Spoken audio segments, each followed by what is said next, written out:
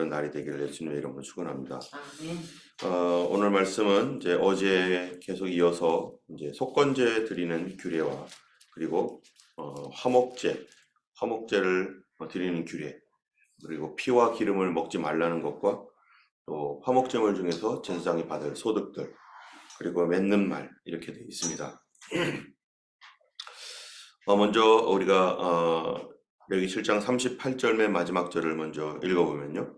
여호와께서 시내 광야에서 이스라엘 자손에게 그 예물을 여호와께 드리라 명령하신 날에 시내산에서 이같이 모세에게 명령하셨더라 라고 하시는 말씀으로 이제 제사를 드리는 규례에 관한 내용이 끝나게 됩니다. 이 제사에 대한 규례, 어떻게 제사를 드릴 것인가, 다시 말하면 어떻게 하나님을 섬길 것인가, 또 하나님께 나아갈 것인가, 어떻게 하나님을 기쁘시게 할 것인가, 어떻게 예배드릴 것인가, 이 모든 내용들이 바로 이 제사라고 하는 규례 안에 들어가 있는데, 근데 이것을 하나님께서 뭐라고 했냐면은 여호와께 드리라 명령하신 날에 그 시내산에서 모세에게 명령하였다. 하나님께 예물을 드리고 제사를 드리고 하는 이 모든 것은 하나님의 명령 가운데 있고 하나님께서 명하신 내용을 뭐 하는 겁니까? 순종하는 것입니다. 이거는 하냐 안 하냐 뭐 이런 것이 아니라 우리가 죄가 있고 허물이 있을 때 하나님 앞에 하나님의 백성이라면은 당연히 나아가야 되는 그러한 하나님 앞에 순종해야 할 내용이라는 것입니다. 때문에 하나님은 우리 하나님의 백성이 허물과 죄 가운데 있는 것을 기뻐하지 않는다는 거예요.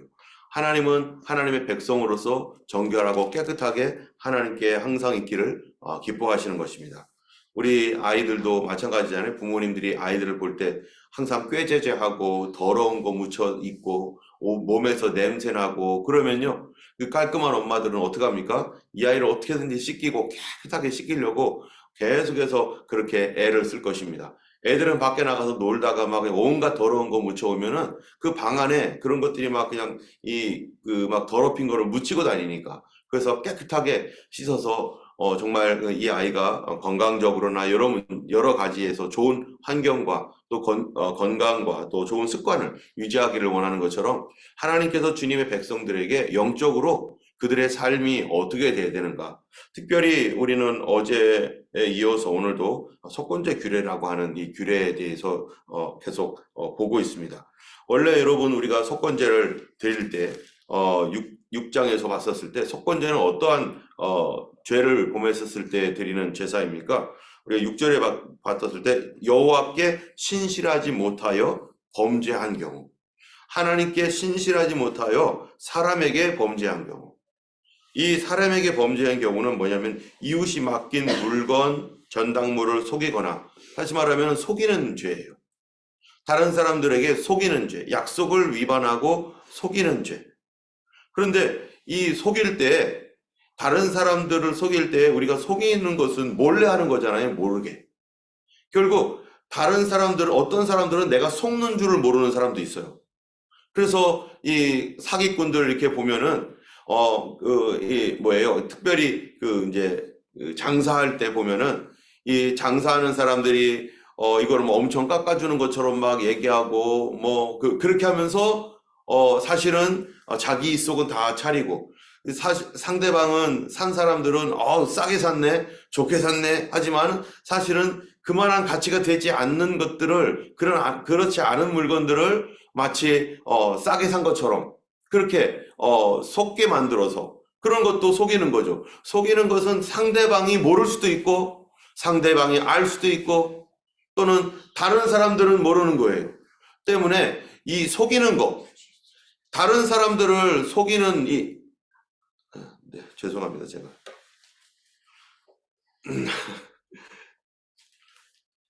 다른 사람들을 속이는 거, 이런 걸로 인해서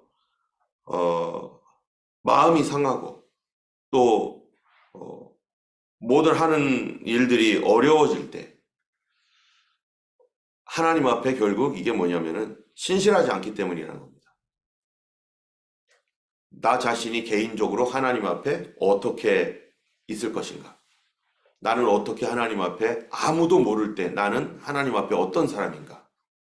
누구도 나를 보지 않을 때 나는 어떤 식으로 하는가? 나만 아는 거죠, 나만.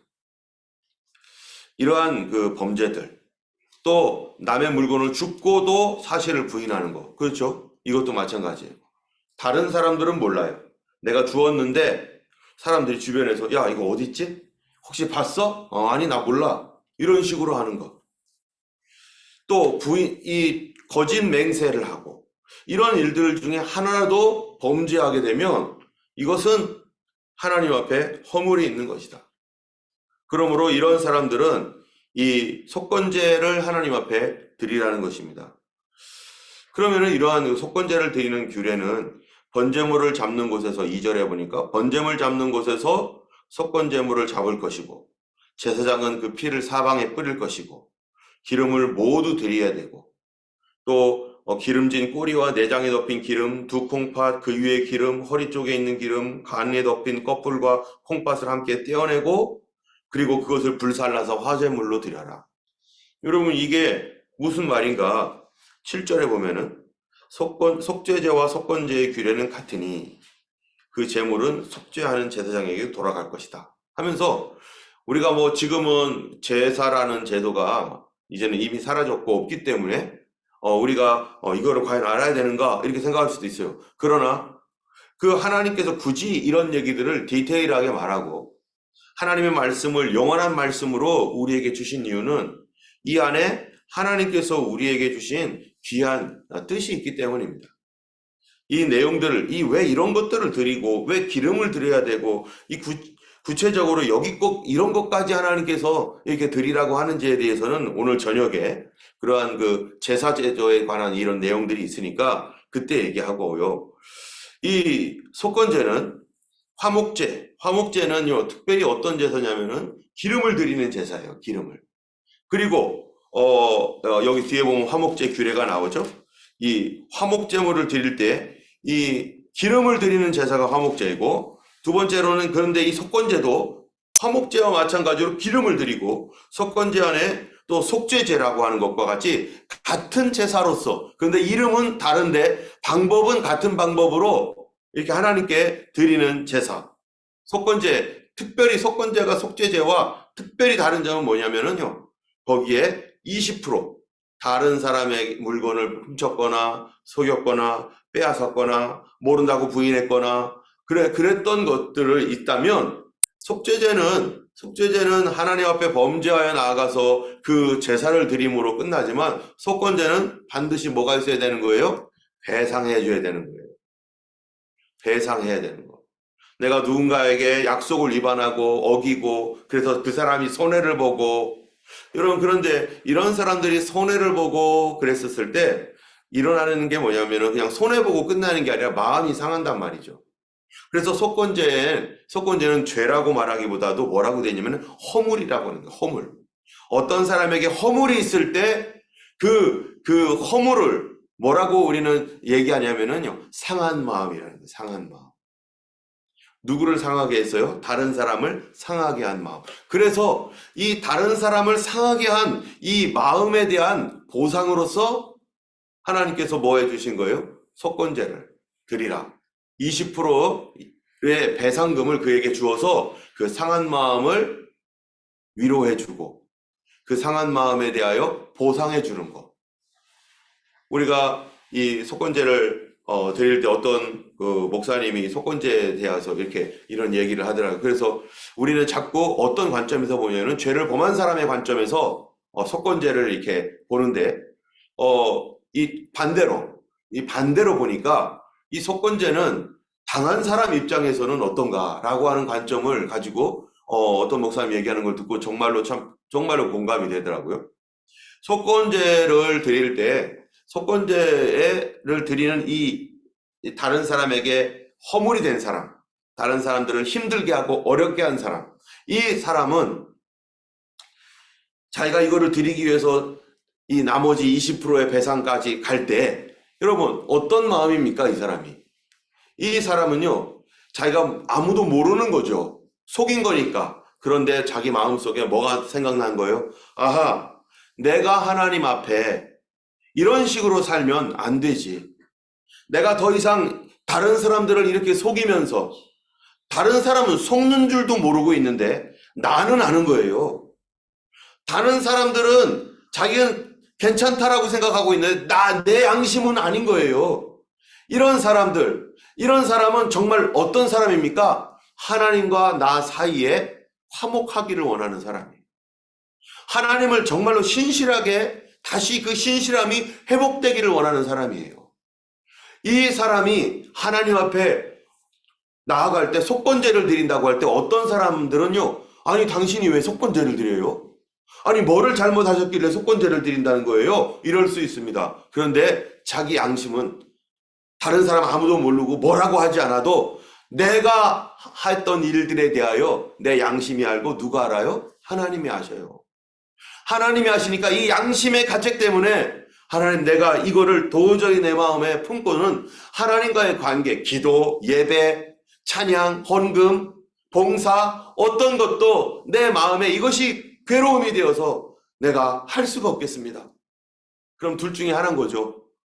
하나는 아예 하나님을 무시하거나 아니면 나와의 하나님과의 관계를 이거를 개선하고 이제 다시 은혜가 넘치고 다시 하나님의 도우심과 능력을 얻기 위해서 저는 속건제 드리겠습니다 하면서 이 속건제를 드릴 때 자기는 왜 무슨 일이 있었는지도 모르는 그 사람에게 가가지고요, 사실은 이거 미안해, 이거 잘못된 거를 줬었어 해가지고 거기에 대한 보상과 20%까지. 또 어떤 사람들은 자기가 속은 줄 알고 억울해하는 사람도 있죠. 당연히 내가 막 분노가 있고 막 억울하다 하는 사람들, 내가 빼앗겼다라고 하는 사람들, 그 사람에게 가가지고 그렇게 미안하다 하고 법적으로는 문제가 없는데 내 양심상의 어떤 문제들, 이런 것으로 인해서 그 사람을 굳이 찾아가가지고 미안하다고 하고 보상해주고, 그럴 때 그 사람이 그렇게 하는 행위를 누가 보시는 거예요? 하나님이 보고 있어요. 하나님께서 그 사람이 그렇게 애를 쓰면서 어려운 가운데서도 애를 쓰면서 그 일을 해결하려고 하는 그 모습을 볼 때 하나님이 어떻겠습니까? 하나님이 얼마나 기쁘겠어요. 이 사람의 기도가 다시 응답되고 그 사람의 삶이 다시 회복되어지고 하나님 앞에 영광이 되고 하나님께서 도우시고. 여러분, 죄를 안 짓는 것도 위대하지만 죄를 지었지만 그거를 아무도 모름에도 불구하고 내가 해결하려고 하는 거는 더 얼마나 귀한 마음입니까? 이 다윗이 그랬잖아요. 다윗이 이 밧세바를 범하고 아무도 모르는 거였어요. 그런데 그 문제를 선지자가 지적을 했어요. 설교 듣다가 깨달아진 거죠, 말하자면은. 그랬는데 그것이 자기 마음속에 괴로움이 있으니까 이거를 해결하고자 하는 거. 그 마음이 하나님 보실 때 어떻겠어요? 너무나 귀한 거였어요. 그 마음을 하나님 귀중하게 여겨서 다윗의 이 행위로 인해서, 이 믿음의 행위로 인해서 너에 대하여서 너를 통해서 계속해서 뭐가 하나님의 언약의 약속들이 지켜질 것이고 내가 너의 집을 지어주겠다라고 하는 그 약속이 폐하여지지 않을 것이고 너를 통해서 이 세상을 구원할 그리스도가 나타날 것이다 라고 하는 그 하나님의 처음 약속이 하나도 어그러지지 아니하고 그대로 보존되는 것. 그가 그렇게 실수를 했어도 바로 하나님 앞에 그거를 애써서 가지고 나가면서 이거를 해결하려고 했던 그 마음, 하나님이 더 귀하게 보시고 더 소중한 그런 존재로 보시는 것입니다. 우리가 이 하나님 앞에서 이런 마음들을 성도들이 가져야 된다는 거예요. 어떻게든지 하나님 앞에 내 양심적으로 성결하고 깨끗하게. 그런데 아까 얘기한 것처럼 반대로 이 당한 사람 입장에서 볼 때 이거는 누구든지 해야 할 수도 있지만 당할 수도 있는 거예요. 나도 모르게 속았어요. 예전에 제가 언젠가 학교 다닐 때 경찰이 찾아왔어요. 경찰이 찾아왔는데 이 돈 10만 원을 들고 경찰이 찾아온 거예요. 어떤 애와 함께. 그래서 왜 왔나 했더니요. 그 애가 저희 집에 몰래 들어와가지고 제가 이제 학교 다니면서 이제 자취 생활을 하는데 몰래 들어와가지고 저도 잊어버리고 있었어요. 그 돈이 우리 집에 있었는지. 제가 책 속에다 끼워놓은 돈이었거든요. 나도 모르는 거를 어떻게 그 도둑놈이 어떻게 알았는지 몰라요. 진짜 도둑인 거예요, 걔는. 그 10대 청소년이었는데, 걔가 우리 집에서 그 이제 어떻게 하다가 이제 여기저기 돌아다니다가 잡혔던 거예요. 그런데 이제 어디에서 털었냐 했더니 우리 집도 털었다는 거예요. 근데 저는 와보니까 방이 깨끗해요. 아무렇지도 않고 저는 잊어버린지도 몰랐어요. 걔가 하고서 다 정리 그대로 놓고 도망간 거죠. 저희 그 책 속에 있었던 10만 원을 꺼내고. 근데 그거를 가지고 온 거예요. 저도 몰랐어요. 그래서 경찰이 갖다 줘가지고 마치 공돈 생긴 것 같이 완전히 저는 그 돈이 있는지도 모르고 잊어버렸었는데 걔가 찾아준 거죠. 어떻게 보면은. 공돈 생긴 것처럼 너무 감사했죠. 이 받는 사람, 그 일을 당했던 사람이 그 일을 보상받을 때 어떻게 했어요? 근데 10만 원만 받은 게 아니라 만약에 거기다가 여기 성경 말씀대로 2만 원 더 플러스해서 20%더 플러스해서 받을 때 그 아이에 대해서 물론 걔는 그 경찰 때문에 잡혀가지고 왔지만 만약에 누군가가 그렇게 왔었을 때 경찰이 한 게 아니라 그 양심상에 하나님의 그 선한 마음 주신 그것 때문에 그가 나는 잊어버리고 있었는데 그가 왔었을 때 어떻게 했습니까? 얼마나 오히려 그 사람에게 감사하고 그 사람에게 너무 고맙다고 할 거예요. 이러지 않으셔도 되는데 괜찮다라고도 말할 수도 있죠. 그리고 그러한 경우 그러한 일을 통해서 오히려 그 사람들 사이의 관계가 어떻게 되겠습니까? 회복되어지고 참 훌륭한 분이구나. 이런 것들이 하나님 앞에서 그 양심상의 문제 때문에 그냥 지나갈 수도 있었고 그냥 내가 미약하고 연약해가지고 나는 당할 수밖에 없었던 사람인데 그런데 저분이 예수 믿어서 예수 믿는 사람이 자기 양심의 문제 때문에 저렇게 와가지고 나에게 이거를 보상까지 해주니 어떻게 했어요? 그런 사회라면 하나님의 백성들은 어떤 백성이어야 되나? 하나님께서 이스라엘을 하나님을 믿는 공동체 하나님을 신실하게 믿는 공동체는 어떤 공동체여야 되는가? 바로 누구에게 뭔가를 빼앗겼거나 또는 손해를 받거나 무시를 당했거나 또는 속임을 당했거나 그럴 때 하나님의 공동체, 다시 말하면 교회죠. 교회는 어떤 곳입니까? 그런 것들이 보상도 받고 그런 것들이 서로의 양심상의 문제 때문에 서로를 용서해주고 이해해주고 그런 일이 일어나지 않는 그러한 공동체. 교회 안에서 다시 말하면 누군가가 어떤 속임을 당했는데 큰 문제는 아니에요. 이거를 허물이라고도 할 수 있어요. 어떤 허물이 있습니다. 이 속건제는 허물까지 포함하고 있는 이 속건제인데 마음이 상했다는 거죠. 저 사람이 나에게 뭔가를 어떻게 했는데 막 그거를 가지고 큰 문제를 일으키고 막 이럴 정도까지는 아닌데 그러나 내 마음은 상했어요.